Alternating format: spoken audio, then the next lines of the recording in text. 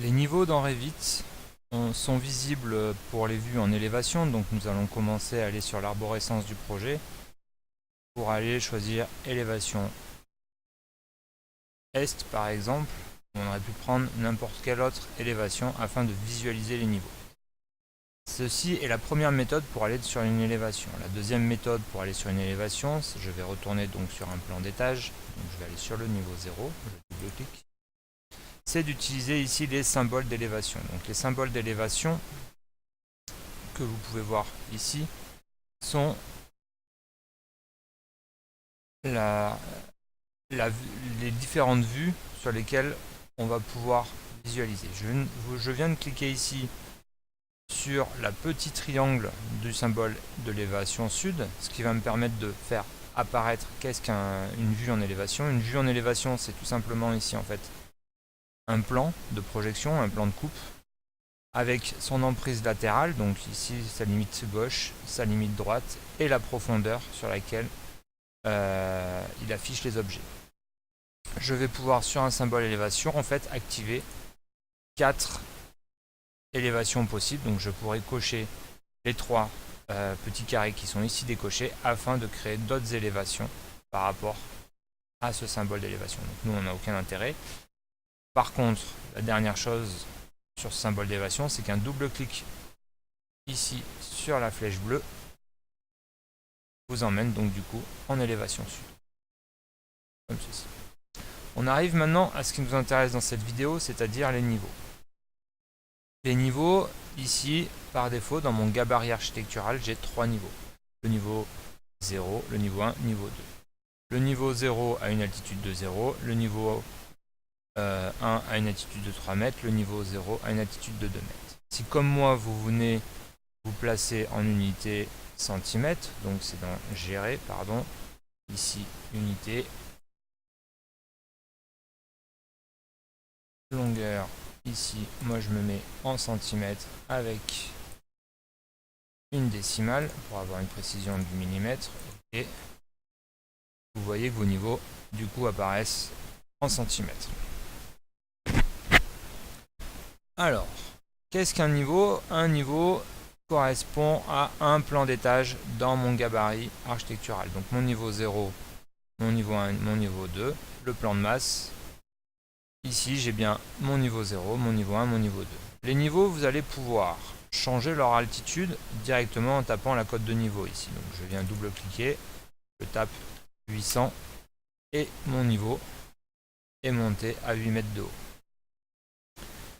Autre manière de changer un niveau, c'est par exemple, je vais sélectionner le niveau qui est au milieu. Il me propose 2 codes temporaires, ici. Une cote de 300, une cote de 500. Je vais aller éditer une de ces 2 cotes, par exemple 400. Et c'est bien le niveau sélectionné qui s'est déplacé. Donc si je clique ici en bas et que je modifie la cote temporaire, c'est le niveau du bas qui est descendu. Donc je devais être à moins 100. Exactement. De la même manière, quand je déplace une altitude d'un niveau, je vais venir modifier ici l'affichage de mon plan d'étage. Je vais me remettre ici à 0. Ici, pour mon rez-de-chaussée. Ensuite, les niveaux, je vais pouvoir créer des niveaux. Donc pour créer des niveaux, je vais venir dans Architecture, je vais venir ici dans Niveau, et je vais pouvoir créer un niveau. Alors, attention, quand vous créez un niveau, par défaut, toute création dans Revit, par défaut, vous avez toujours des petites informations ici très importantes. Donc ici, réalisation d'une vue en plan, c'est coché. Donc à un moment où je vais réaliser mon niveau, Revit va automatiquement me créer une vue en plan. Donc par exemple, je vais le mettre ici à 400. Et lorsque j'arrive ici, vous voyez, je peux lui montrer les autres symboles, ce qui va me permettre de trouver l'alignement. Je valide. Revit m'a pas créé de vue en plan. Non, réaliser une vue en plan était coché. Et ah si, pardon. Revit m'a bien créé ma vue en plan, un niveau 3 ici. Je vais retrouver ici dans mes plans de plafond un niveau 3. Il fallait que je valide. Lorsque vous avez aligné votre niveau, ça vous permet d'aligner vos symboles. Je vais venir sélectionner mon niveau pour faire apparaître quelques petites options. Alors, première option, vous voyez ici j'ai un cadenas qui est en fait sur l'alignement, ce qui veut dire que quand vous déplacez une extrémité, toutes les extrémités ici se déplacent. Si vous décochez le cadenas, ça va vous permettre de déplacer uniquement l'extrémité du niveau 3. Ici vous avez un petit coude. Donc le petit coude, imaginez que par exemple ce niveau-là, alors je vais déjà le réaligner par rapport aux autres, voilà, et que ce niveau-là soit juste à côté des 800, donc on va dire à 1000, et 810 même, voilà. Et je vais donc pouvoir venir avec ce symbole-là couder mon niveau pour pouvoir visuellement qu'il ne se chevauche pas. Donc un élément plutôt intéressant. Ici, quand vous sélectionnez un niveau, vous pouvez choisir de faire afficher d'un côté ou de l'autre la petite étiquette. Vous pouvez double-cliquer pour bien évidemment renommer le niveau. Donc moi je vous propose de nommer vos niveaux avec 2 chiffres dans le tuto et ensuite le nom du niveau. Donc pensez à bien renommer correctement vos niveaux. Donc par exemple 0,0 pour niveau 0, 0,1 niveau 1, 0,2 niveau 3 et on va faire moins 0,1, moins 0,2, moins 0,3 lorsque l'on descend. Ce qui va me permettre ici de les avoir en fait dans un ordre plus satisfaisant. Ensuite, quoi vous dire sur les niveaux? Vous avez ici modifie le niveau en faisant glisser l'extrémité de son modèle.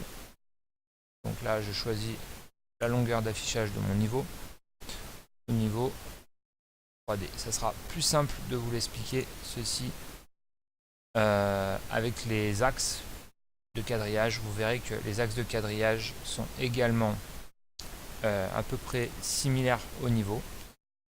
Donc en fait, vous avez, pour vous en parler, vu que j'ai commencé, un affichage 2D et un affichage 3D. L'affichage 2D, lui, correspond à ce que je vais voir sur ma vue. L'affichage 3D, lui, va définir la plage de vue. On en avait parlé un petit peu quand on avait vu au niveau des élévations. C'est-à-dire que je vais choisir les limites de ma vue dans mon modèle 3D. Donc on comprendra ça un petit peu mieux avec les axes.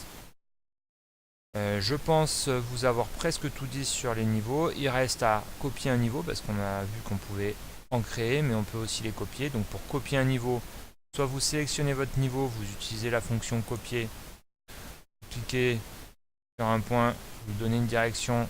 On a une cote en gras, donc je vais pouvoir taper directement ce que je veux, 400. Et j'ai donc copié un niveau. Le voici. Et le niveau copié, comme vous pouvez le voir, lui, il a une petite étiquette noire. Petite étiquette noire, ça veut dire quoi? Ça veut dire que je n'ai pas de plan d'étage au niveau 4. Comme vous pouvez le voir ici dans les plans d'étage, ni dans les plans de plafond. Pas de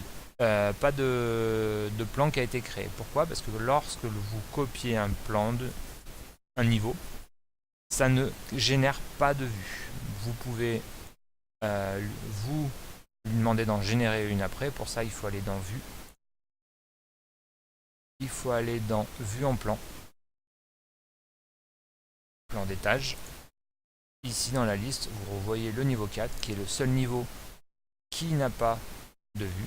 Donc vous le sélectionnez, vous lui dites OK. Il vous a donc créé ici un niveau 4.